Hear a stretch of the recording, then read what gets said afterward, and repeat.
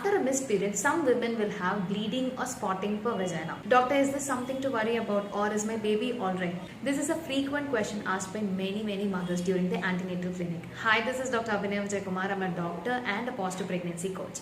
In this video, we are going to talk about bleeding after a missed period or after a urine pregnancy test positive. With no further delay, let's jump into the video.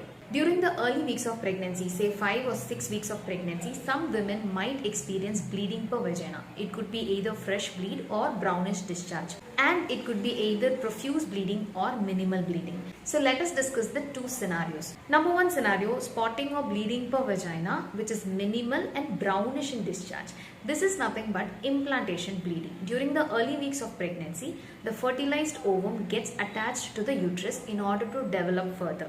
When this happens, there is shedding of the walls of the uterus, which can lead to spotting or bleeding. Mostly the implantation bleeding would be brownish in discharge, and it could be only few drops per day, and it will last only for 1 or 2 days. In such scenarios, you need not panic. You can take adequate rest, observe the bleeding, and then reach out to your obstetrician as and when necessary. In the second scenario, when there is a fresh bleeding which is profuse and more clots passage, and also if it is associated with abdominal pain, cramping sensation, then you need to visit your doctor immediately in order to rule out threatened abortion or incomplete abortion.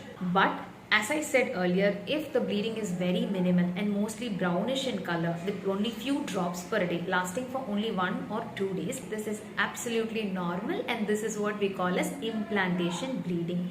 Implantation bleeding happens in almost 20% of pregnant women during the early weeks of pregnancy. So just keep this in your mind, keep the warning signals in your mind. When it is associated with abdominal pain or profuse bleeding, do reach out to your doctor immediately. I hope you found this video useful. Do share this video with that pregnant friend or family member of yours who is in her early pregnancy, so that she knows the difference between implantation bleeding and a miscarriage. Do comment below your doubts about this topic, and also what topic you want me to do video next. Until I see you in the next video, stay happy, stay mommified.